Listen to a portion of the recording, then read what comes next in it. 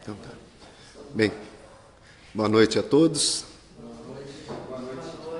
Nós gostaríamos de agradecer a presença do Tato, né? Tato Save, mais uma vez nosso centro. Vai falar sobre o mais belo ensinamento de Jesus, né? É sempre um prazer, uma honra tê-lo aqui e que ele possa discorrer sobre o assunto como sempre faz, com muita sabedoria e com a palavra fácil que ele tem, né? Então vamos primeiramente elevar o nosso pensamento a Deus, agradecendo a nossa possibilidade de estarmos reunidos nesta noite em nosso Centro Espírita, Jesus Maria José, em mais uma noite de palestra, que todos possamos sair daqui mais fortalecidos na nossa fé em Deus, em Jesus, e com mais conhecimento espiritual, e principalmente com o nosso aprimoramento moral. Que Jesus, nosso Divino Mestre, sempre nos abençoe e nos conduza em nossa vida ainda como espíritos encarnados. E que assim seja. Tato. Muito obrigado. Bom, já conversei com vários daqui, mas então, oficialmente para todos, boa noite, meus irmãos. Que gostoso estarmos aqui com vocês. Trago uma mensagem muito bonita, na minha opinião, que faz bem para a gente, pelo menos sentir-se mais da família de Deus. E esse ensinamento é o que Jesus nos deixou, para que a gente nunca esqueça, porque todos passamos por dificuldades e por problemas que às vezes a gente nem esperava que acontecesse, numa fase difícil da vida, surge mais essa problemática ainda, e a gente às vezes começa a se achar que Deus está meio de mal com a gente. Está de bravo, fizemos alguma coisa, e Ele está chateado de algum modo. Mas que a gente possa então juntos fazer um estudo bem bacana, bem gostoso e que a gente aplique na nossa vida. Acima de tudo, aplicável. Eu gosto muito de certos palestrantes, principalmente quando eles nos ensinam a praticar aquele ensinamento que foi tirado da teoria para a prática. Hoje, excepcionalmente, nós não estamos sendo transmitidos pela página minha, Tato Save, né, a página que a Thaís me ajuda, todo mundo. Estamos na página Espiritismo Brasil, Chico Xavier, a página que começou tudo isso aqui, sou muito agradecido. Então, na pessoa do Daniel, do Rui, um grande amigo lá de Portugal, que trabalham muito nessa divulgação da doutrina, eu agradeço demais e que vocês possam usufruir dessa mensagem onde quer que estejam. Se estiver aqui no Brasil, fora do Brasil, no nosso estado de São Paulo ou não, na nossa cidade ou não. Quem estiver na nossa cidade ou na região, ouvindo, ou aqui no salão, pode, se puder, participar amanhã desse seminário que vai ter. Deixa eu até mostrar aqui, ó. Tá, você consegue mostrar? Esse seminário é um seminário que a Nelly teve uma inspiração, a nossa colega Nelly, presidente da USA Intermunicipal, ela teve essa vontade de fazer esse seminário. E foi muito rápido, realmente, do que se pensou para conseguir fazer esse grande envolvimento de pessoas, tem que ter muita dedicação mesmo. Então a Nelly fez isso e vai ser lá no Espaço Vida. O Espaço Vida é aquele espaço lá na CIPS, onde é o Centro Espírita Chico Xavier. É um espaço novo, muito confortável, bem estruturado. Terão 5 pessoas, a Nelly, que ela representa a mocidade, a Nelly, a Nelly, o José Carlos da CVV, o juiz da Vara Infância e Juventude de Bauru, Birajara, Maintinger, a Vera Lúcia, que é uma psicóloga clínica. Então, várias pessoas com várias opiniões, com pontos de vista, inclusive que não vão chocar entre si. Cada um vai falar uma parte. E eu estarei como expositor espírita, falando sobre isso também. Então, quem já teve essa mágoa no coração, a ponto de achar que o suicídio era uma saída boa, participem com a gente. Participem porque você vai ver como é importante entender que isso não é uma boa saída. É como se você fizesse um plano, mas não vai funcionar como você quer. Vai agravar o problema. É como tentar apagar o início de um incêndio jogando combustível lá. Nossa, piorou muito. Depois que eu joguei, começou a se alastrar o problema. É isso que vai acontecer. E eu acho que todo mundo que puder levar alguém, convidar, participar, vai ser muito bem-vindo. Então, pessoal, essa parte da história que eu quero comentar com vocês, que eu fico sempre pensando num título bom para dar, por exemplo, o mais belo ensinamento de Jesus, como coloquei nesta, ou um fato sobre Jesus. Alguém fala, é a parábola do filho pródigo, mas não é bem sobre esta parábola só. É um fato histórico, uma situação que aconteceu e que à luz da doutrina espírita fica muito claro e muito confortável acreditar nisso e ouvir isso. E começo dizendo assim para vocês: todos nós, ao longo do nosso crescimento espiritual, intelectual, vamos tendo mais conhecimento sobre as coisas, é óbvio. Mas aquelas que nós já tínhamos conhecimento vão se transformando também. A gente começa a ter conceitos mais profundos, mais acertados da mesma coisa que pensávamos no início. Eu sempre gosto de agradecer demais à Igreja Católica, que me recebeu, meu irmão, quando éramos pequenininhos, fizemos primeira comunhão, crisma. Foi valioso esse ensinamento. Mas naturalmente depois eu comecei a perceber que certas respostas me eram mais lógicas da doutrina espírita. Então eu tive que mudar. E mudei alegre, mudei acreditando que, poxa, que legal. Pelo menos eu estou demonstrando que estou achando que estou caminhando para frente. Se é que a doutrina espírita seria melhor. Mas pelo menos eu fiquei feliz comigo de ter essa vontade. E essa passagem que nós vamos comentar hoje é uma parábola de Jesus muito famosa, muito falada, talvez a mais falada. Eu acho que as crianças nascem sabendo essa parábola. Ela se tirou conclusões dela muito equivocadas, muito superficiais, pouco profundas. Isso que eu queria dizer. Então, eu pensei em algo dizendo assim a vocês. No século II da nossa era cristã, teve um filósofo chamado Tito Flávio Clemente. Ele era também chamado como Clemente de Alexandria. E esse filósofo era um apologista do Evangelho de Jesus. Apologia é defesa. Há um texto de Platão chamado A Apologia de Sócrates, significa a defesa de Sócrates contra o seu julgamento. Então, apologista é aquele que faz defesa, que apoia, que gosta de pegar as partes boas e de empurrar isso para as pessoas.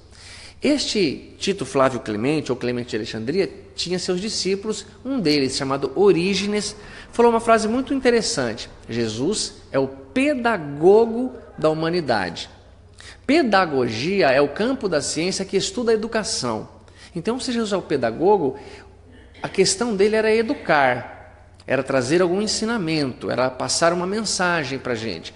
Não era ser um médico, de curar pessoas, não foi esse o objetivo maior. A cura era um chamar de atenção, que é claro, fazia o bem, espalhava o amor, mas ao mesmo tempo chocava. Como que uma pessoa consegue fazer isso? Fazer uma pessoa que nunca andou a andar, sendo que hoje nós temos dificuldade de fazer isso. Se esse fato aconteceu, era muito impressionante. Mas a questão maior era pedagogia. E citei esse filósofo por quê? Porque ele, por ser um estudante, um estudioso da doutrina de Jesus, do Evangelho, chegou a essa conclusão, que Jesus era o pedagogo da humanidade, aquele que ensina a humanidade alguma coisa. Toda ciência, toda doutrina tem uma filosofia por trás, um aspecto que são as bases daquela ciência, todas elas. No Evangelho de Jesus, então, contém uma filosofia, contém um pensamento, uma doutrina que vem de Deus, mas é uma das doutrinas, um ensinamento.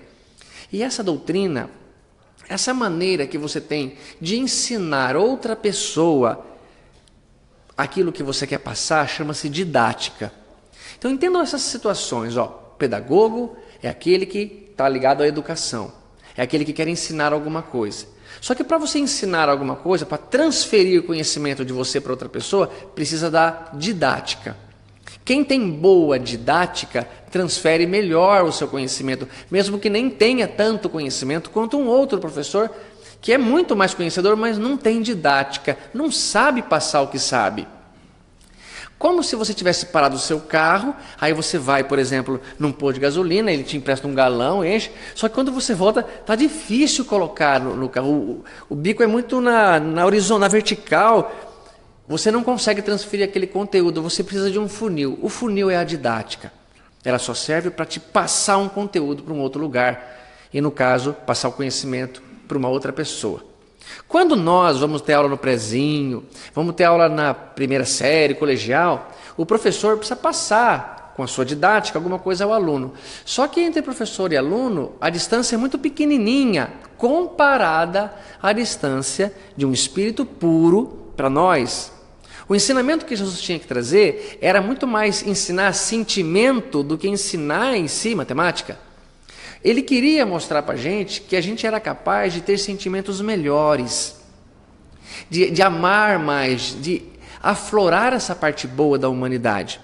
Então, ele escolheu uma maneira de ensinar isso para a gente, de ensinar a nossa posição no universo, o que Deus é e o que eu sou perante Ele.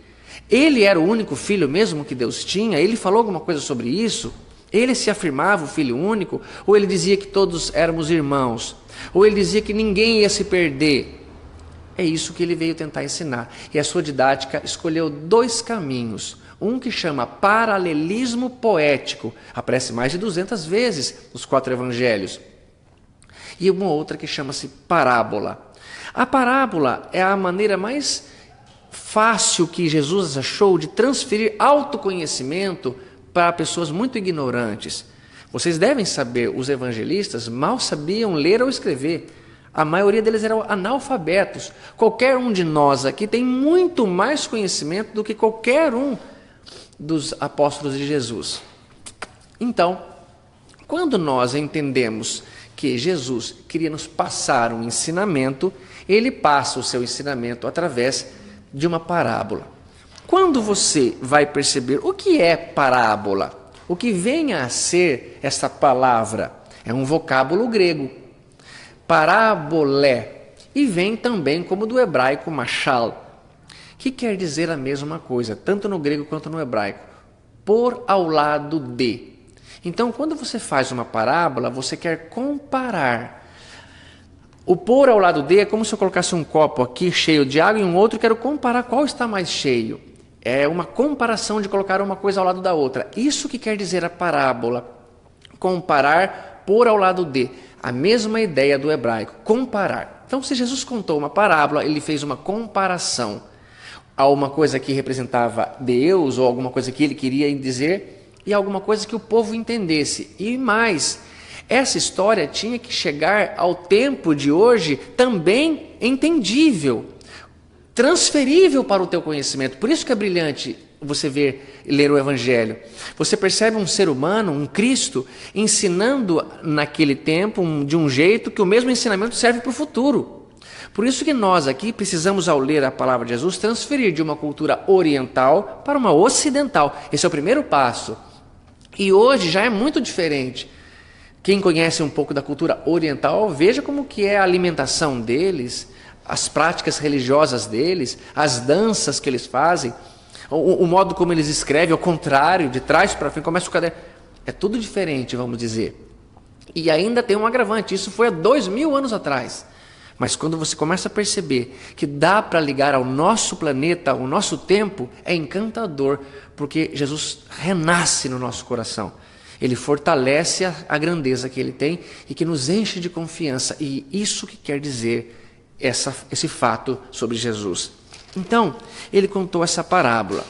Na questão 627 de O Livro dos Espíritos, Kardec obteve uma resposta que dizia assim: Jesus falava segundo a época, os costumes e os lugares. Então, quando Jesus falou, ele sabia que estava no meio de um povo que entendia de algum assunto. Então, ele falava de acordo com isso. Ele tinha essa sabedoria. Porque se vem um professor dar uma aula para o primário e ele é um PhD de astrofísica, não adianta ele falar tão alto nível. Ele tem que fazer um jeito que a criança entenda alguma coisa daquela culturinha, daquela condição psicológica que ela tem. Então ele fez isso por nós e nos ensinou de acordo com o tempo, com o lugar. Rapidamente eu só vou citar para não ficar muito extenso, mas, por exemplo, Gandhi, Rousseau e um psiquiatra aqui deram comentários de que Jesus, por exemplo, realmente foi a maior figura, a maior inteligência que já passou pela Terra.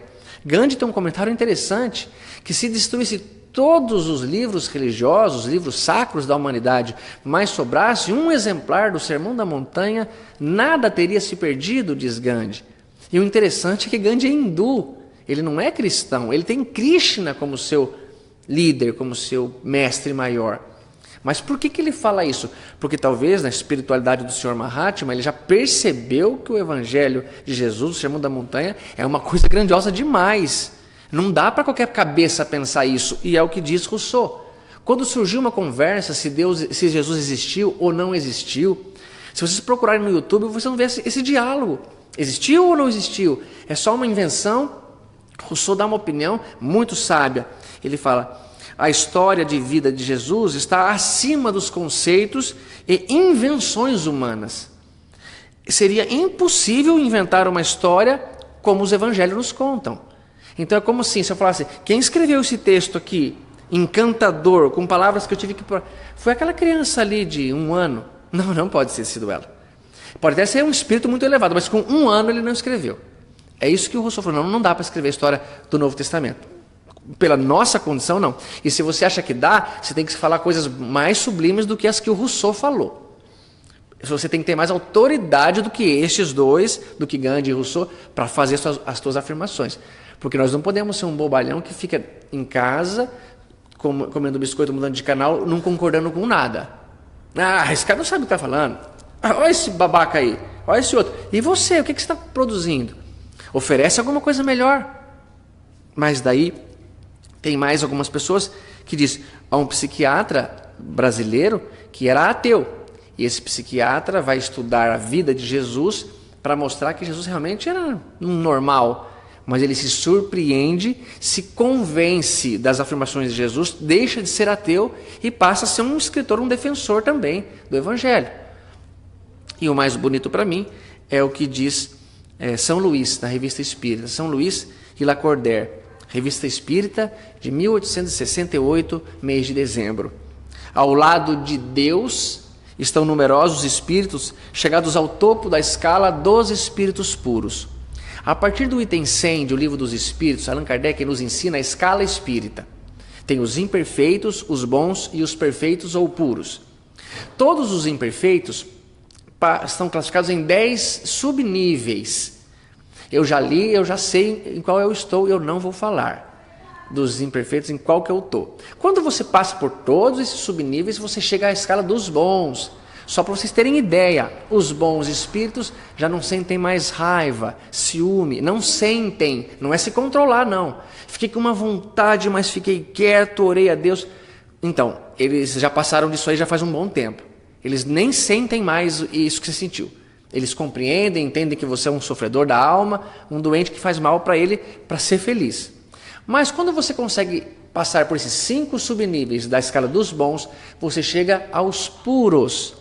E diz esse texto na Revista Espírita, e Kardec sabiamente não classifica mais os puros, não tem subnível mais, pode até ter, pelo que a gente vai entender, mas que Kardec não se preocupou em tentar explicar sabiamente e humildemente. Ele falou, não dá para comparar 2 espíritos puros, porque eu não consigo entender nenhum sequer. Então não dá para entender a psicologia de Jesus, o que ele pensa, como ele sente, como ele encarou, se sofreu na cruz ou não, é uma coisa complicada de discutir.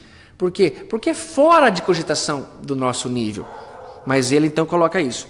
Que ao lado de Deus estão numerosos espíritos chegados ao topo da escala dos puros. Ah, então tem, mas eu não vou descrever porque eu não sei o que é. Mas tem. Este aqui são espíritos que percorreram a escala dos puros também e agora chegaram num nível, que é o mais alto nível. Deus escolheu entre os seus enviados superiores encarregados de missões especiais, podeis chamá-los de Cristos. Ah, então Cristo não é um nome, como eu achava Rogério Savi, Jesus Cristo. Não, é uma patente, vamos dizer, uma patente hierárquica espiritual. Um Cristo, do grego vem de Christos. Também pode vir do hebraico, que traduz como Messias, Mashiach, é uma palavra que eu não sei como pronuncia. Aí ele continua. Seres superiores, chegados ao mais alto grau da hierarquia celeste, depois de terem atingido uma perfeição que os tornam infalíveis daí por diante, mesmo durante a encarnação, olha que comentário maravilhoso, acima das fraquezas humanas, quando nós formos reencarnar, ou viermos para esta atual reencarnação, todos nós, com certeza, a menos que os livros de André Luiz estejam equivocados, nos preparamos para ser bem-sucedido. fizemos cursos, preparamos, voltado àquela encarnação. Você vai ter um filho que vai ser esse espírito, ele vai te forçar nessa situação, então vamos treinar isso. É que nem uma estratégia de viagem, um planejamento. E a gente estava bem intencionado, a gente estava imbuído de boa vontade para vencer. Só que o problema é que a gente nasce e esquece. Por isso que Allan Kardec falou, com o esquecimento do passado, o homem é mais ele mesmo. Porque se eu lembrasse o que já fiz de errado para vocês, seria muito desconcertante estar aqui. Seria muito difícil eu negar um pedido de alguém e forçado eu seria um homem bom. Não, filho, você tem que fazer o bem, mesmo não lembrando. Você tem que querer ajudar e não precisa disso mesmo. Então, quando a gente nasce, a gente fraqueja, porque a carne é difícil. Na carne você tem o desejo sexual, e você é uma pessoa compromissada, você tem desejo de ganhar mais dinheiro, então faz uma falcatrua e prejudica um outro, mas a tua ganância é muito grande. Mas você treinou tanto, ele quer dizer, mas você pode falhar. Mas este aqui não tem perigo. Esse pode nascer em qualquer circunstância, esse não falha mais. É isso que eles querem dizer. Criaturas chegadas ao mais alto nível, acima das fraquezas humanas, mesmo durante as encarnações, não tem perigo, filho. Esse não erra mais. Ele já passou disso há muito tempo. Então, continuando. Admitidos no conselho do Altíssimo, um conselho ao líder e àquele conselho de pessoas. Admitido desse conselho, recebem diretamente a sua palavra. Verdadeiros representantes da divindade, Deus escolhe seus enviados especiais para as grandes missões. Estes são os Messias. Então, pode saber, tem um conselho, que para ser admitidos tem que chegar a um certo nível. Chegado no nível, Deus escolhe entre o conselho os seus especiais para grandes missões. E um deles, há 2017 anos, encarnou aqui na Terra e trouxe uma mensagem. Esse tipo de situação aqui, não tem perigo de acontecer aquilo que vocês devem ter brincado. Telefone sem fio. Eu falo uma frase, uma palavra no ouvido desse aqui, que fala naquele, dá a volta, e o último tem que falar alto o que eu falei. Você fala, eu gosto de frio. Chega lá assim, eu quero ir para a praia. Mas como é que mudou tanto assim? Não sei, alguém não entendeu, mudou intencionalmente, ou ouviu uma coisa e falou outra. Ou você fala assim, catraca de canhão. Chega lá, conhaque de alcatrão. Você falou, mudou completamente. Aqui não tem perigo, porque não teve telefone sem fio. Este recebeu diretamente de Deus. Oi, pai, pode deixar, vou lá. Tá, vou te falar o que ele falou. Vou viver como que é para viver. Esse é direto. Porque quando você vai receber uma carta mediúnica, o que vem cortando, influenciando, não está pegando bem o sinal. Por isso que Kardec diz, quando perguntou, há médiuns perfeitos no planeta Terra? Ele falou assim, perfeitos? Perfeição não é uma palavra bem aplicada ao vosso mundo. O que podemos dizer é que há médiuns menos enganados. E vocês têm ideia, o Chico algumas vezes já foi enganado. Não enganado por você, mas ele balançou também, desconfiou. O Emmanuel às vezes deixava ele entrar nessas frias, para ele estar sempre em observação, sempre com cuidado. Mas então, tudo o que está aqui nessa Bíblia, ou nesse Evangelho, são a força da palavra. Alguém veio trazer alguma coisa, é uma palavra, um ensinamento. E se você ler com amor e com atenção, você vai pegar várias referências desta palavra. Por exemplo, as minhas palavras são espírito e vida. Muita paz tem os que amam a sua palavra, e para estes não há tropeço. A tua palavra é muito pura, e por isso o teu servo a ama. Lâmpada para os meus pés e luz para os meus caminhos é a tua palavra. Escondi a palavra em meu coração para não pecar contra ti. A sua palavra dá luz e entendimento aos simples. A lei e o testemunho, se vocês não falarem segundo essa palavra, jamais verão a alfa. Olha que cada frase linda. Eu vi um cavaleiro montado num cavalo branco, e o nome pelo qual se chama é o Verbo, a palavra de Deus. A minha alma está pegada ao pó, vivifica-me segundo a tua palavra. E no verso 14, a palavra se fez carne, e nós vimos a sua glória. Então, ele esteve aqui e falou. Mas o que eu quero perguntar a vocês, e de coração a quem nos assiste pelo Facebook, pelo YouTube, que valor vocês estão dando a essa palavra, hein? Adiantou eu gastar esse tempo, que eu acho, poxa, já é tão difícil o tempo, eu nem ter começado ainda a ler a palavra, é só para assim, eu não quero chegar e analisar, e isso não vale de nada.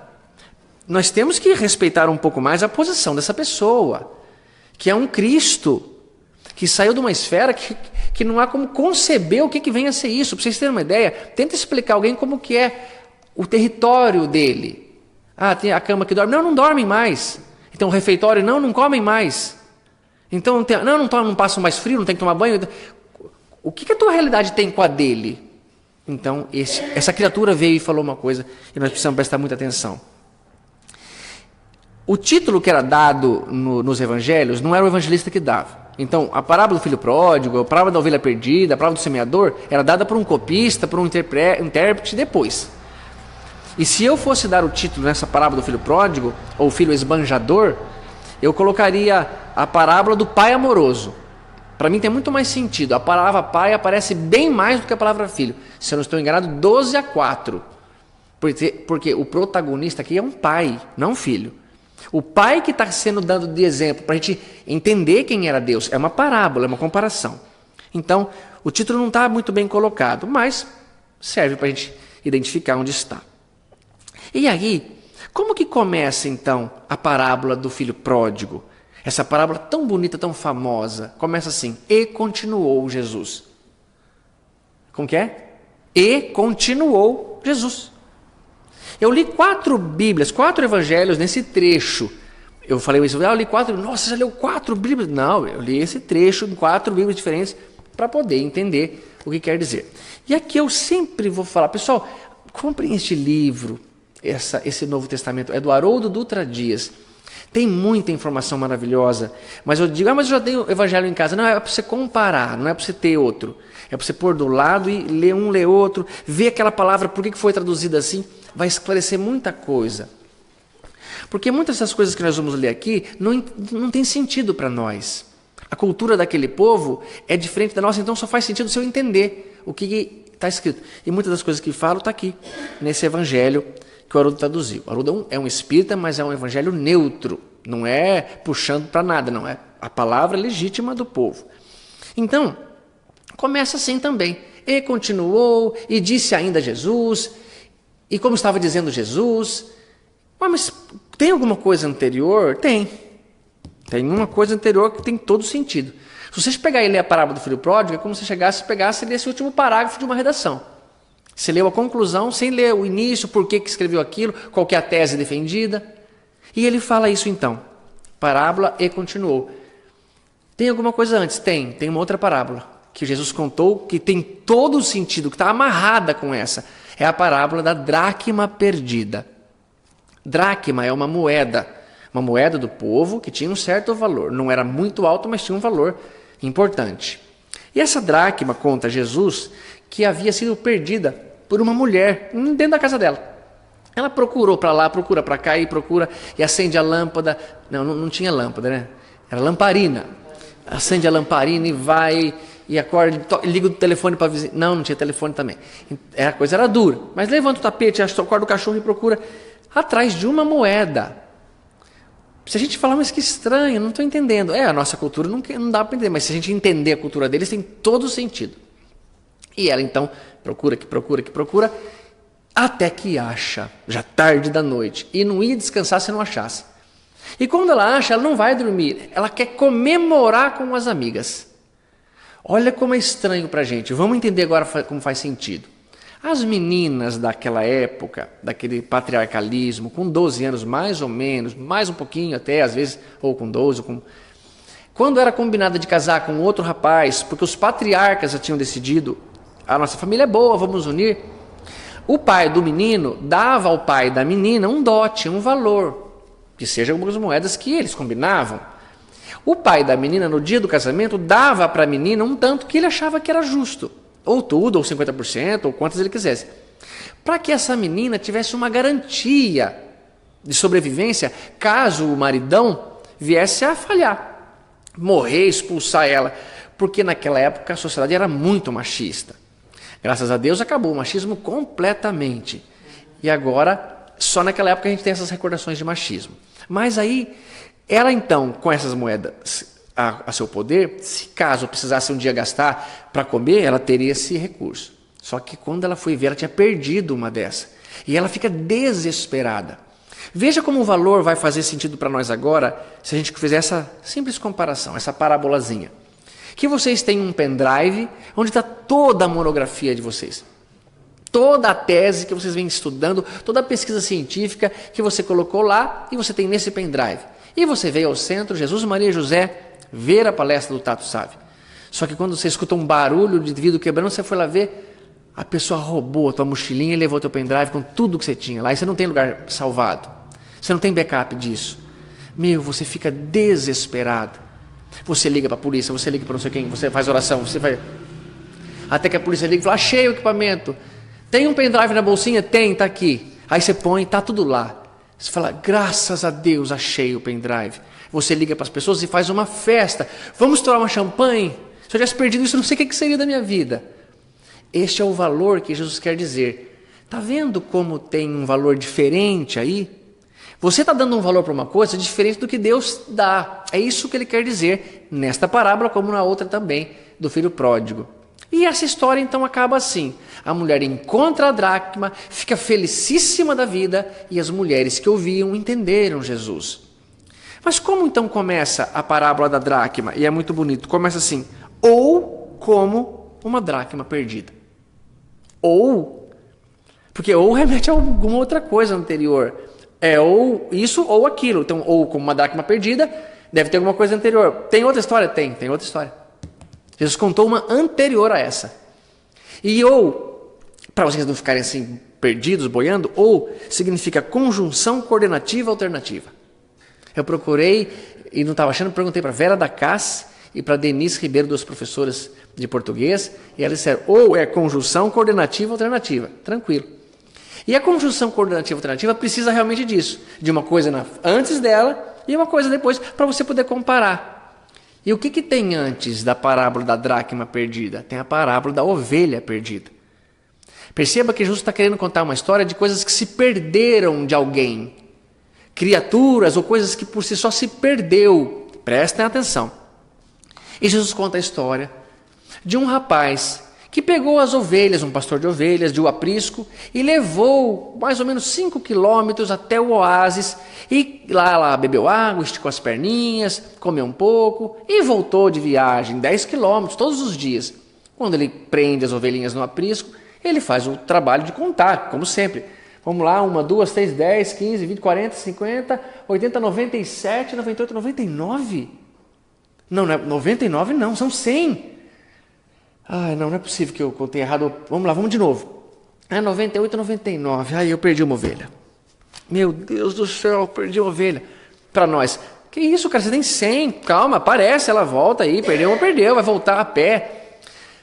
As ovelhas são suas. Primeiro que não são suas, não. As ovelhas são de alguém que você está trabalhando para ele. Porque o patriarca, o dono daquilo, não ia fazer esse trabalho. De pegar e levar a ovelha 10 quilômetros do sol no deserto. Porque vocês lembram no Velho Testamento que Davi pastoreava as ovelhas e que eram de Jessé. Então você percebe, quem cuida da ovelha é alguém que precisa de um emprego. E se você chegar para o patriarca ou para o dono e falar, perdi uma ovelha tua. Não sabe isso que pode acontecer. Porque o patriarca é a autoridade máxima. E você foi contratado para proteger as ovelhas. E se você perdeu uma ovelha, se vira para achar. Pois é o que ele faz. Ele deixa as 99 guardadinhas e volta atrás da ovelha. Ele volta e vai andando e procura. E diz Jesus que quando ele acha a ovelha, ele põe ela nas costas. E volta com ela nas costas. Quer dizer, o pastor já tinha andado 15 quilômetros, faltava 5 e esse último 5 é com ela nas costas. Vai saber se estava com a pata quebrada, se estava na boca do lobo. De algum modo, ele volta. E a hora que ele chega, ele não quer descansar exausto. Ele quer comemorar com os amigos. Alegrai-vos, meus amigos, eu achei a ovelha perdida. Os agricultores entenderam Jesus. Tem um valor aqui. Você está dando valor a uma coisa diferente do que Deus dá a essa coisa. Mas a parábola então, primeiro, agora não tem mais parábola. Não tem mais. Ovelha perdida, dracma e filho pródigo. Mas então Jesus acordou um dia de manhã e falou, galera, vou te ensinar uma coisa. E contou essas 3? Não. Porque agora que vai começar, tem uma coisa antes das parábolas que nunca se comenta e que é fundamental que se saiba. Lucas, capítulo 15, versículo 1. Você viu ele lá dentro? Você viu aquelas pessoas também? Espera aí. Ô Jesus, faz favor um pouquinho. Você é judeu? Você respeita a Torá, as leis do templo? Você é um rabi, como te chamam? Então por que você está comendo com essa gente imunda? Por que você come com essa gente perdida? Jesus estava sentado a uma mesa numa casa comendo com prostitutas e publicanos. Publicanos eram os cobradores de impostos, aquelas pessoas que mexiam com propina. Era um ódio contra essa gente. E as prostitutas também. Vejam que aqui nós estamos falando de um Cristo. Mas o que vocês pensariam de mim, por exemplo, se ao sair aqui ao término da palestra do centro, vocês me vissem pela janela do carro conversando com uma garota de programa? Ah, é esse aí que era o palestrante? Beleza, hein, meu? Maravilha de palestrante, esse é o cara. Nossa, bem que você falou, hein? Bem que você falou que era um menino muito enérgico, estou vendo a energia dele. Ele vai lá, toma o passe e vai gastar com essa... Beleza. Eu que sou uma gota de água suja, pega da lama do chão, contra um oceano de pureza que é Jesus, e comendo na casa com prostituta. Essa atitude foi chocante para os religiosos, porque a religião deles dizia que essas pessoas estavam perdidas, eram pessoas de má vida que não se misturariam com eles, que o céu não era deles, não estava reservado para eles, só para os religiosos dos fariseus, que esses eram fariseus batendo palma para chamar Jesus a sua atenção. Jesus sai da casa, desce as escadinhas, não sei se tinha escadinha, mas é chique, né? Desce os andares e fala, posso contar 3 histórias para vocês? Pode contar. E Jesus conta a ovelha perdida, a dracma perdida e a parábola do filho pródigo. Por causa dessa situação, comer naquela época era íntimo demais. É só pensar, quem que vocês chamam para comemorar o teu aniversário, o teu casamento, quando você quer assim, só aquelas pessoas mais próximas, ou só 5 pessoas, você chama as pessoas que você menos conhece ou gosta, ou pai, mãe, madrinha, primo, irmão, essa turma íntima. Por isso a cultura deles, sentar para comer é muito íntimo. Diz Jesus que a mão deles se tocava dentro da cumbuquinha, onde eles colocavam o pão ázimo para dar um saborzinho com sal. Então, Jesus era amigo dessas pessoas, era íntimo. Só que, como já vimos, não tinha perigo nenhum ele sentar com garotas de programa. Ele não tinha essa queda. Não teria perigo de aceitar uma propina dos publicanos. Ele era um Cristo. E ele conta essas 3 histórias. E quando chega na terceira, ele fala, um pai tinha 2 filhos. Puxa, essa parte eu percebo. Realmente ele toca em mim. Se eu tivesse lá encarnado nesse tempo, eu já pedi tanto que eu não estivesse, porque vai saber o que eu era capaz de fazer para Jesus, com ele carregando a cruz. Se eu não seria mais a fazer um sarrinho, a contar uma piadinha, porque eu não seria ajudante dele não carregaria como Simão de Cirineu fez aquela cruz, mas nunca. E o perigo deles me pegarem lá também. Eu sou descendente de Pedro. Eu nego também. Se Pedro, que é o homem que andou ali na intimidade com Jesus, fez isso, quiçá, eu acho bonita essa palavra quiçá, não sei muito bem o que significa, mas é legal, quiçá eu, imagina eu. Então, ele estava lá e passou por isso. E ele fala, um homem tinha 2 filhos. Aqui imagina, nem estou contando as mulheres, hein? Só os meninos. O teu mais novo falou, pai, dá a minha parte da herança, que eu vou embora. Olha, pessoal, um pai não podia ter escutado uma coisa dessa naquela época. Um patriarca, isso é impensável. É inadmissível você cogitar que o mais novo chegue. O mais velho também sofreria consequências, mas ainda vai. Mas o caçula chegar e falar, pai, dá a minha parte que eu vou embora.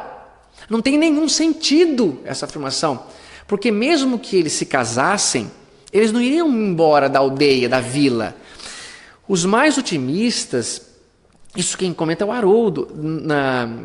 Numa aldeia, numa tribo ali como a de Nazaré, tinha no máximo umas 100 casas, pouquinha gente. Então, você tem identificação com toda aquela terra, com toda aquela gente, que é o teu sobrenome, é da onde te identificam. Pode perceber.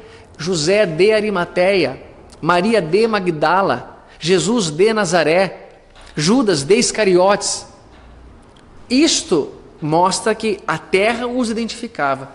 Então uma pessoa pedir para ir embora daquele lugar é porque ele não gosta de ninguém ali. Além do que, ele fala: Pai, eu preferiria ver o Senhor morto, porque eu quero mesmo, é minha parte da herança, porque eu quero ir embora daqui. Pessoal, vamos lembrar uma coisinha. Eu fiz a palestra da outra vez aqui nessa casa, e anterior a essa da educação. E eu disse assim a vocês, pelo menos o que aprendi: tenta pegar a criança desde pequenininho, vai educando, podando a parte ruim dela, estimulando a parte boa, convencendo que ela é boazinha, educada, que gosta de Jesus, convencendo ela, para que facilite quando ela começar a colocar as garrinhas de fora, porque o espírito imortal que habita aquele corpinho de criança, daqui a pouquinho começa a mostrar quem era, e ela esteja mais convencida de que ela é boa, porque se você falhou nessa fase, vai ficar muito mais difícil na adolescência. Mas você conseguiu ir bem. Você chegou na adolescência, percebeu, mas conseguiu ir bem também. Mas agora ele já é adulto e resolveu dar com a cabeça na parede? Então vai, filho, pode ir. Porque senão eles vão culpar o pai da infelicidade ou a mãe. Vejam bem, quando, por exemplo, você tem tudo para fazer medicina ou advocacia, porque os pais já estão envolvidos nisso, te encorajam, pagam a tua faculdade, querem, mas você depois de formado resolve largar a mão do diploma e fazer qualquer outra atividade, como por exemplo, fazer colarzinho de hippie, com todo o respeito a qualquer profissão, qualquer outra coisa, mas que você percebe que não é boa ideia, vai dar errado, mas você argumenta, tenta convencer, mas se ele falar, eu vou, pode ir, filho, tchau, vai embora. Porque só dessa maneira ele vai entender que ele escolheu, errou e tem chance de voltar. Porque se você obrigar ele a fazer o que você quer e ele se tornar o maior cirurgião do país, mas mesmo assim ele pode falar: eu sou infeliz, eu sou o maior, mas eu sou infeliz por tua causa, eu não quero essa dinheirama toda não quer? Ah, se não quer, se não quer. E vive um dia do que você queria viver para ver se você aguentaria, mas ele te culpa. E quem é frustrado em qualquer lugar, viu? É doente, é são, é rico, é pobre. Você quer ser frustrado, não precisa de nenhum argumento. Seja frustrado. Você pode ser herdeiro de um império e falar: eu sou injustiçado. Sei lá o que você pode pensar. Pensa o que você quiser. Mas não precisa de nenhum pré-requisito para você ser o que você é. Feliz ou triste, é escolha. Mas aí, então, quando isso acontece conosco, o menino quer ir embora. Ele dá esse exemplo. O menino errou gravemente. Foi muito errado ele ter pedido. E quando Jesus contou isso, ele chocou as pessoas que o ouviam, quando ele falou assim: o pai pegou o dinheiro, dividiu, deu a parte para o menino e falou: pode ir, filho. Ele deu, Senhor. Como pode ter feito isso? Como alguém ousa pedir a um patriarca isso e não ser expulso ou ser lapidado ali mesmo? E conta o evangelho que esse menino vende as coisas dele rapidinho e tem que ir embora dali, porque era capaz dele morrer ali. Era capaz de ser apedrejado naquela aldeia, porque desonrou um patriarca, o nosso rei, o nosso maioral. Ele vai embora. E diz o evangelho que gasta dissolutamente. Dissolutamente significa com bagunça, com bebedeira, com droga, com álcool, com prostituição, com coisas ilegais. E ele gasta assim, não é com arroz, feijão, com farmácia, com coisas, com lençol, com cobertor. Não gastou assim não. Também gastaria, mas gastou torrando com essa dissolutamente. E ele então percebe que o dinheiro acabou. E ele não tem mais uma identidade. Ele se afastou do pai dele. É uma parábola, hein, pessoal? Esse patriarca aqui é Deus. Esse se afastar é quando nós nos afastamos de Deus. Eu sou autossuficiente, eu posso tudo. Isso, então eu não me apego a nada. Cuidado, hein? Daqui a pouco você vai precisar e vai ser tarde. Ele se afasta, ele começa a ter necessidade. Começa a ficar com fome, começa a pedir emprego. Mas ninguém arruma emprego. Ele não é de lugar nenhum, esse cara. Ele não tem nome. Ele não tem como, por exemplo, Jesus, filho de José, Simão, filho de Jonas. Não tem isso também. E até que ele consegue uma coisa. Quer cuidar de um porco? Eu tenho uns porcos aí, vai lá cuidar deles. Olha Jesus construindo para a gente, pessoal, naquela época, mas a coisa mais humilhante que tinha para o judeu, cuidar de porco. Eles não comem carne de porco. Quiçá, olha outra vez o quiçá, cuidar do porco, morar com o porco, viver ali naquele chiqueiro, ou naquela situação. E era isso que ele conseguiu.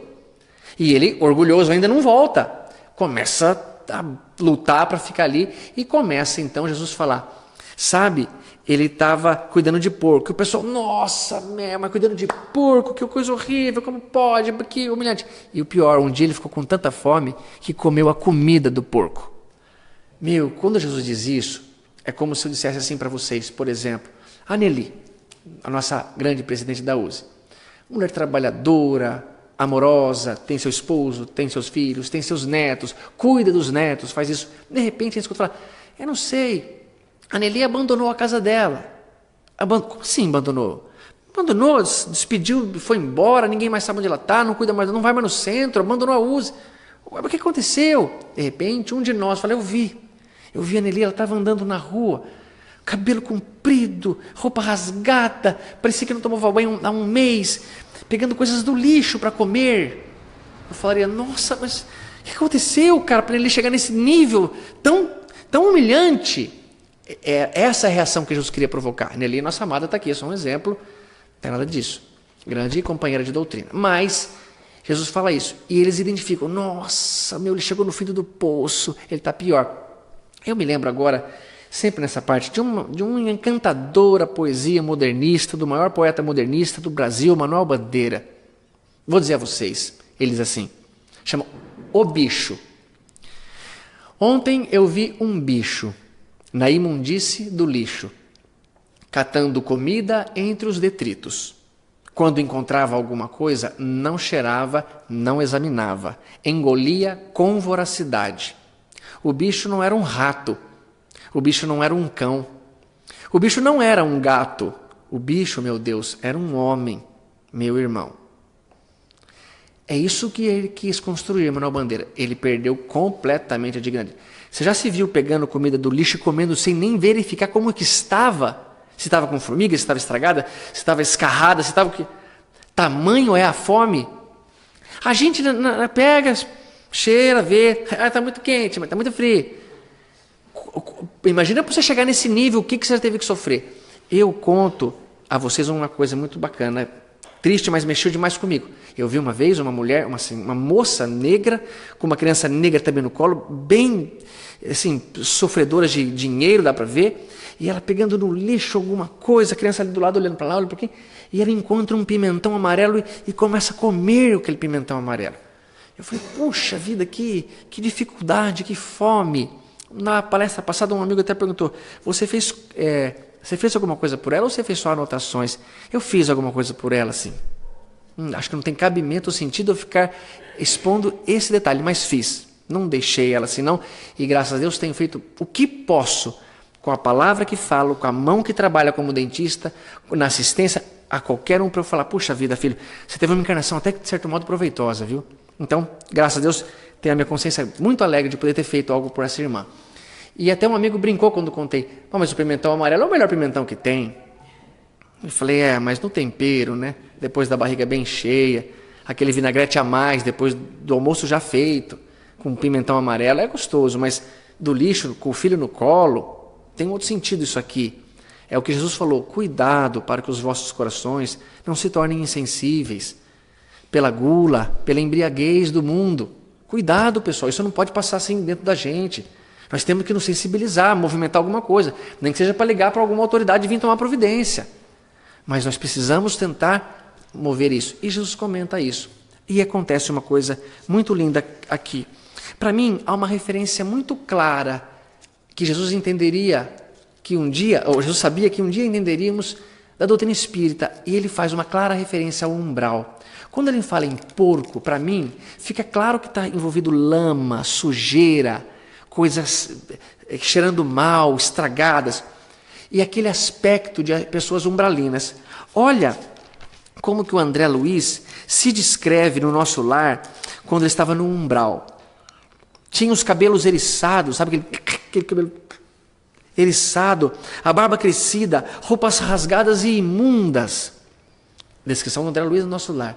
E aí ele conversando com o Lísias, ele pergunta, Lísias, o que é um umbral? O Lísias fala, nossa André, você teve 8 anos lá, não sabe o que é? 8 anos, o que eu tive naquele inferno?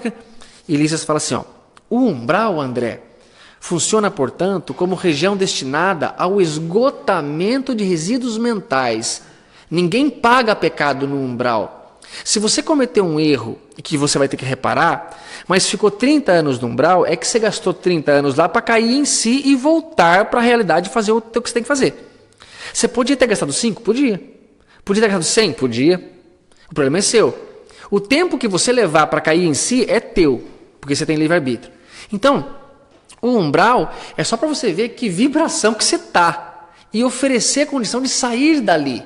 Então ele diz, é uma espécie de zona purgatorial, onde se queima a prestações o material deteriorado das ilusões que a criatura adquiriu por atacado, quando esteve encarnada na Terra.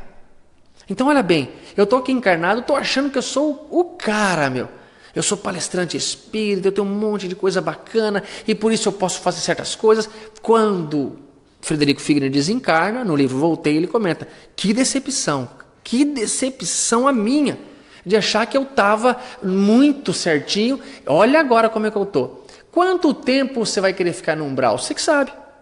O Richard fala assim, Richard Simonetti, não tem problema se você ir para o umbral. O problema é você permanecer lá. Sai de lá. Faz oração, pede para sair. Não sinta raiva daquelas pessoas que vão tentar te infernizar. Tenta fazer, pessoal, calma, vamos vir nos buscar, vamos pedir a Jesus junto, senta aqui. Não faz assim para mim, não. Eu sou seu irmão, sai correndo. Não deu, esse grupo estava muito hostil. Ô pessoal, vamos pedir ajuda, vamos tentar fazer um sinal de amor para eles nos verem aqui. Vamos lá, a gente pode se curar. Tem um lugar chamado Nosso Lar, vamos pedir para ir para lá. É a colônia de Jesus, vamos. Isso, tenta fazer isso. Agora, eu não estou nesse lugar, estou andando na rua. Entra numa igreja, entra num centro, numa igreja, faz oração, pede a Jesus. Vem alguém me ajudar. Você que já sabe que desencarnou, que já viu o teu velório. Então, Jesus começa a mostrar isso. Ele estava numa situação umbralina. Pode que essa separação da casa é assim, bom filho, você viveu tua encarnação, morreu. Aí, que deu. Olha o que deu você ter feito isso. E o menino então experimenta uma expressão que o João Batista falava, techuvá. Techuvá, arrepender-se, cair em si. Eu errei. Eu não devia ter feito isso. Nunca devia ter pedido para meu pai minha parte da herança. Olha aqui que deu, meu. Porque ele começa a reconhecer, os funcionários do meu pai têm comida todo dia, comem pão, dormem numa casinha gostosa, uma cama quentinha. De vez em quando tem até uma carne lá que o meu pai faz para eles. E eu que sou filho, comendo comida de porco, não está certo. Mas o que eu vou fazer, né? Agora, vou ter que voltar. Mas o que eu vou falar? O que eu vou falar, meu pai? Ir para a aldeia inteira, ir com meu irmão mais velho, que agora também é tudo dele.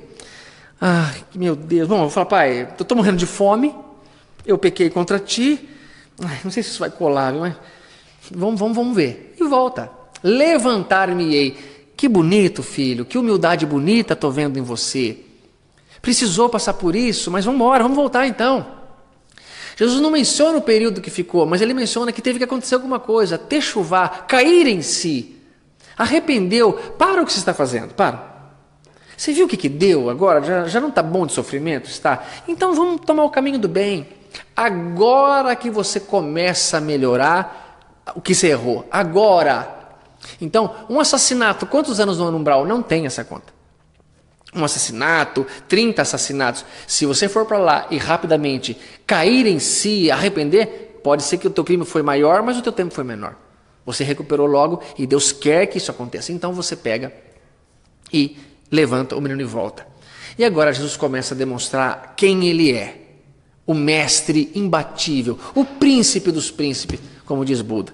Ele pega, começa a voltar, e quando está de longe ainda, longe da aldeia, mas começa a ser possível uma visão de alguém se aproximando, descreve Jesus que o patriarca estava possivelmente sentado na sua varanda ali, no alpendre, atrás de uma lavoura, os campos de plantação ao lado e um corredor por onde entraria talvez a pessoa.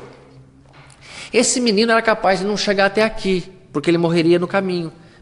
porque os lavradores, os trabalhadores não permitiriam.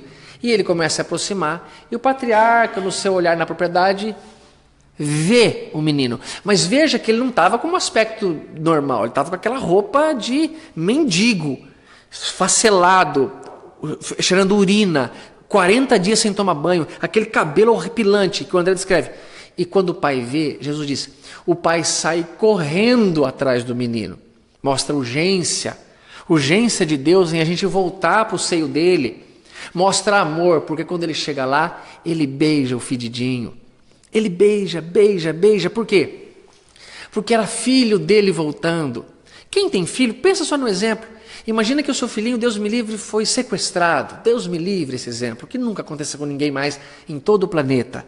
Mas que você perdeu ele num lugar e você ficou alguns dias sem encontrar. Mas você encontrou ele são e salvo, mas estava tão fedidinho, tão imundinho. Você se preocupa em dar um banho nele primeiro, a beijar o corpo inteiro daquela criatura? Pois é isso, ele beija o menino, beija.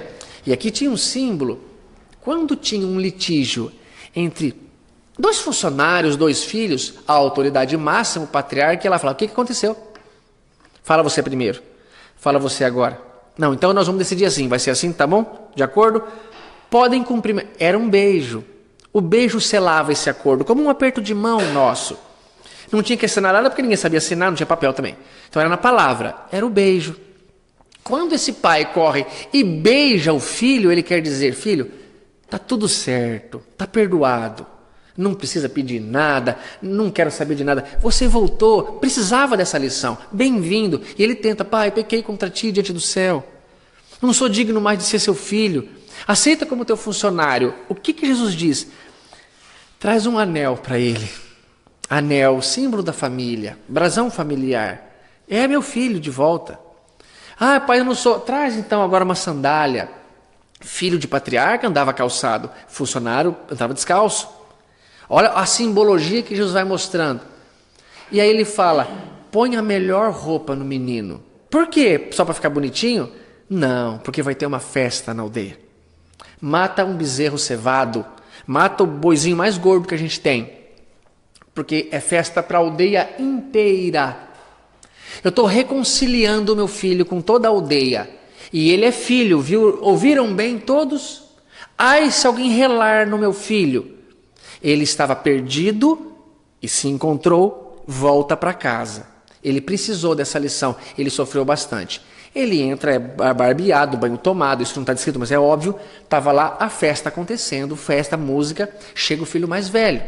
E aqui começa Jesus a mostrar que o mais velho também está errando. E ele está costurando o nosso cenário, que já nós vamos identificar quem é quem aqui. E você é um desses. Quando ele então chega, ele não sabe o que está acontecendo. Vejam bem um detalhe. Quando o litígio era, porém, entre o patriarca e um dos filhos, o mais velho, geralmente, entrava na situação e falava, pera um pouquinho, o que está acontecendo, pai? Ele pediu a parte da herança dele? Pai, me dê 5 minutos, tá bom? Não é... Vem cá, moleque, eu quero falar com você. O que? Você enlouqueceu? Vai pedir para o pai a parte da herança em vida? Você está falando que você quer que o papai morra, ô louco? Ó, eu vou deixar essa chance para você, meu. Mas se acontecer de novo, era isso que tinha que fazer. Chegar e impor, mas não, ele deixa quieto. Era lucrativo para ele que o mais novo fosse embora, era tudo dele daí. É isso que Jesus quer dizer. Religiosos, Deus não é só seu não, hein? Nós nos sentimos aqui o amparado, você é o filho mais velho, que sempre esteve dentro de casa de pai. Por quê? Quando Jesus conta a parábola da dracma, é um objeto que se perdeu dentro de casa. É alguma coisa que se perdeu ali no banheiro, na cozinha, em algum lugar dentro. Quando ele conta a ovelha, é alguém que se perdeu fora de casa, do aprisco. Quando ele conta a parábola, ele conta um que se perdeu dentro e um que se perdeu fora. O mais novo se perdeu, sem dúvida, se afastar do amor de Deus, da casa, é lógico. Mas o mais velho achou que ele era exclusivo e que um filho que errou não tem mais direito de voltar. E ele fala, o que aconteceu aqui? O que está acontecendo com essa bagunça aqui? Você não sabe? Teu pai mandou matar um bezerro gordo. Um bezerro? Ou seja, festa para a aldeia inteira. Se fosse uma galinha, uma ovelha, ainda ia. Mas que comemoração é essa? Você não sabe mesmo? Teu irmão voltou. Meu irmão voltou, vai, põe tua melhor roupa. Entra lá que teu pai está lá dentro. Ele fala, eu não vou entrar. Ah, meu Deus, como Jesus era fera. Um patriarca não podia ouvir essa desfeita. Você não vai entrar na festa e comemorar o que ele quer comemorar? Existia um rei, eu até anotei aqui, o rei Assuero, que tinha uma rainha, a rainha Vasti. O rei Assuero uma vez deu uma festa, a rainha Vasti estava contrariada, não quis entrar para compartilhar com ele, ele expulsou a mulher do reino, nunca mais voltou. Não pode fazer isso com um patriarca. E alguém chegou e falou, senhor patriarca, o teu mais velho não quer entrar.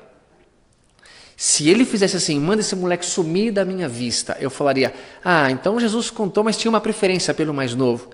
Mas não, o patriarca faz uma coisa inacreditável. Ele se levanta, sai de casa e fala, filho, vamos entrar.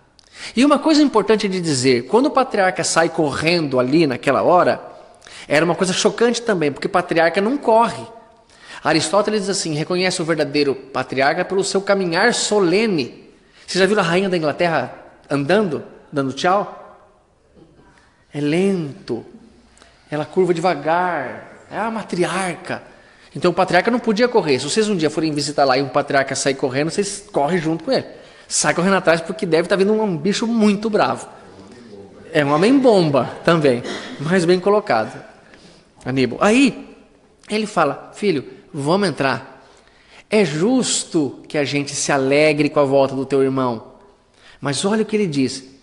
Eu nunca te traí a confiança, e não chama mais de pai, hein? Nunca te traí a confiança, e o Senhor nunca deu um cabritinho para mim comemorar com os meus amigos. Meus amados aqui, prestem muita atenção, que esse é o ensinamento mais lindo de Jesus agora. Ele fala, filho, tudo que é meu é seu. Não tem o que eu te dar o que já é teu. Porque você é meu filho. Você sempre teve tudo o que você quer, porque você é meu filho, como nós. O cosmos é nosso. Vocês são filhos de Deus. Não se posicionem como servos. Portanto, se falar, você é um servo de Deus, eu falo, não, nunca fui servo. Ou já fui, mas não sou mais. Eu sou filho dele. Eu comungo da vontade dele. Porque um servo era o que esse menino estava fazendo papel. Eu quero o meu salário, a minha recompensa também. Ele gastou a dele e não está certo isso. É como se você ouvisse do seu chefe, hoje nós vamos plantar morangos. A plantação esse ano vai ser morango. E você como funcionário fala, morango não vai dar. Não é boa ideia. Mas eu estou um pouco me lixando, eu vou plantar, meu salário está garantido. Agora, se você comunga da vontade por ser filho, mesmo não tendo um salário, fala, pai, eu acho que morango não é boa ideia. Vamos tentar plantar uva? Porque você quer que aconteça o que é de melhor. Por isso Jesus falava, que seja feita a tua vontade, pai, não a minha. E deste modo, Jesus fala, filho, o teu irmão estava perdido e se encontrou. Vamos colocar a tua roupa, vamos entrar. E fecha e sintetiza essa história lindamente, como um sábio mestre que é, do jeito que ela começou. Ô Jesus, você é judeu? Você respeita a Torá, às vezes o templo? Você é um rabi? Então por que você come com essa gente imunda? Eu como com essa gente imunda, pessoal, porque eles são teus irmãos. São os meus irmãos também. E eu quero te convidar. Vamos entrar. Vamos comer todo mundo junto. Vamos sentar na mesa. Vamos ensinar o que a gente sabe. Se você é um homem já muito cheio da religião e cultua a tua religião, ensina para eles. Convida para eles virem para a casa do Pai também. Porque vocês não são exclusivos. Eu fico pensando, que interpretação tira uma pessoa desta belíssima passagem quando ele fala para os seus fiéis, só nós seremos salvos. Só a nossa religião é boa. Vocês escolheram esta é a certa. Todos os outros, por mais bons que sejam, se escolheram errado, estão fora. Esse é o filho mais velho, é o povo fariseu, é o povo que hoje em dia, em 2017, ainda existe, que acredita que o Deus é só o dele. É o meu papai, ele me protege. Enquanto que aqueles que estão perdidos aí, comendo pimentão amarelo, não tem chance. Quando estão na Cracolândia, não terão chance. Não pensem isso, porque serão repreendidos também. E era justo então que todos entrássemos e comemorássemos em família. Eu quero deixar a minha interpretação e o recado que eu peço para vocês. Pessoal, não exijam o salário de Deus. porque vocês não são empregados dele. Vocês são filhos de Deus. O universo inteiro é nosso. Tudo que é do Pai, assim que ele nos criou, nós passamos a ser herdeiros disso. Mas precisamos entender um ponto crucial, que é tudo de todos, e que ninguém se perde por mais que faça bobagem. Amanhã terá um seminário aqui em Bauru, que nós estamos trabalhando com todo o carinho para fazer, como já comentei no início da palestra. Mas é importante que entenda que aquele irmão que já cometeu suicídio não perdeu a condição de ser filho de Deus, não, jamais perde. Vai passar um perrenguezinho, mas vai sair de lá fortalecido. Então, se você puder já perceber que já comeu comida de porco demais, que já comeu vagem demais, é hora de cair em si, dechuvar e aproveitar a vida enquanto é tempo, enquanto você está encarnado e puder fazer o melhor que você puder pela tua encarnação e, obviamente, por aqueles que te rodeiam. Exijam de Deus o seu verdadeiro papel, que você é filho, e como filho comunga da vontade dele, e que vai fazer de tudo para trazer mais pessoas para o seio de Deus. Não se sinta autossuficiente, você não é. Uma hora ou outra, você vai buscar um exame no laboratório e ele deu positivo, e você está gravemente enfermo. É hora de você precisar de um colo, de um abraço, de um amigo, de um apoio. E isso é o que a família dá. A religião dá, não tem outro lugar, não tem outro jeito de encontrar. Então, coloquem-se na posição que vocês são filhos de Deus, mas faz de tudo para trazer mais pessoas para esse seio. E trazer mais pessoas não é para uma casa, não é para um templo, mas é para uma comunhão íntima. Ele acreditar que a fase está difícil mesmo, está muito ruim, está muito amargurado, a ponto de eu pensar que morrendo será melhor. Não faça isso. Fortaleça-se em Deus. Acredita que Ele sabe que você está passando por isso. Ele está deixando você passar para que Ele fale um dia: poxa vida, filho, precisou comer comida de porco para cair na real? Precisou por quanto tempo viver isso para aprender o que tinha que ser aprendido? Mas que bom que você voltou, porque eu estava louco de vontade de te fazer uma festa. E nas 3 parábolas, Jesus conta que teve uma festa. Quando achou a dracma, quando achou a ovelha e quando o filho voltou, quando ele próprio se achou. E quem vocês se encontram? Vocês são os pródigos, esbanjadores, que acham que são autossuficientes e não precisam de Deus, que a ciência e os medicamentos que estão na farmácia resolvem todos os seus problemas? Ou você é aquela pessoa que está, por exemplo, ligado a Deus, que se sente maravilhoso aqui numa tribuna espírita e que fala lindamente, mas acha que, por exemplo, Deus é só seu, que o seu papai te salvou e que você está dando colheres da sua sabedoria para que os outros sintam-se um pouquinho melhor? Cuidado, filho mais velho, porque você vai quebrar a cabeça também. É melhor que você entenda a sua posição e entenda que todos somos irmãos e sinta isso. Regozije-se com esse sentimento de que Deus uma hora te criou e falou: há uma família que eu quero que você me ajude a arrebanhar. Traz para o meu conforto, traz para a minha calma, traz para a minha paz, porque eu quero que eles sejam assim, mas principalmente que sejam merecedores. E eu finalizo, meus amados, com um soneto pequeno de Maria Dolores que diz isso. Às vezes, você se depara com uma pessoa revoltada, aflita, triste, angustiada. Ajuda ela. Mostra Jesus para ela. Faz de um jeito que você ache que vai dar certo. Falando essa palavra, levando em tal lugar, de um jeito especial que só você que conhece tanto sabe qual é. É sua irmã, é sua mãe, é sua amiga íntima. Então ela diz assim: um companheiro de lado, triste, agressivo, irritado, causando preocupação. É sempre um irmão que procura consolo à própria amargura, pedindo-lhe compreensão. Se ele te oferece voz de briga, dê-lhe em troca uma frase amiga, mas que nada lhe possa alterar. Ou simplesmente irradia uma oração de alegria que lhe atenue o pesar. Fitando qualquer pessoa que te injuria, perdoa e a auxilia mais e mais. Na multidão, no barulho, são tantas as máscaras de orgulho, são dores descomunais. Ante aos irmãos em revolta, saibas que está sob a escolta dos mensageiros do bem. A dor, com o tempo, varia. Cada um de nós terá o seu dia.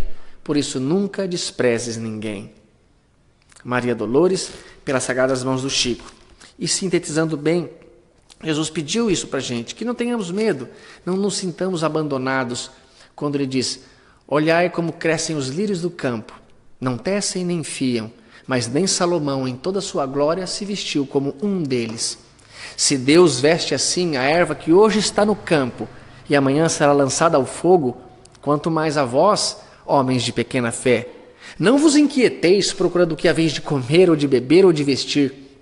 Nosso Pai que está no céu sabe que tens necessidade de todas essas coisas. Busquem antes o reino de Deus e sua justiça, e tudo mais lhe será acrescentado. Não esqueça, não temas, pequeno rebanho, que Deus nos ama e achou por bem dar-nos o céu.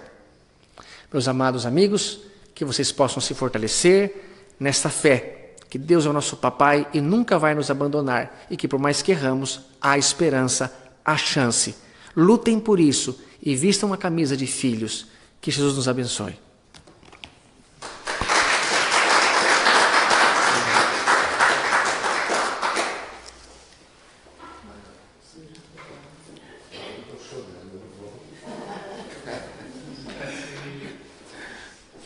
Maravilhosa palestra, Tato. Muito obrigado, viu? Todos os ensinamentos são lindos, né, de Jesus, e esse é muito lindo mesmo. Então, vamos encerrar a primeira parte, depois nós teremos um passe, fazer uma oração, e tem um lanchinho depois no final, né? Então, que Jesus nos abençoe, que nos proteja, que possamos realmente aprender tudo isso, entender e praticar, né? Como disse o Haroldo, né, muitas pessoas, muitas religiões colocam Deus dentro de uma gaiola, né, numa das palestras dele. E Deus é o Deus do universo, do cosmos, né, que é Deus em todo lugar. E como diz um dos livros do André Luiz também, chegou a era do Espírito em que o amor é a grande religião. Então nós temos que amar uns aos outros, como o nosso Mestre Jesus nos ensinou. E que assim seja.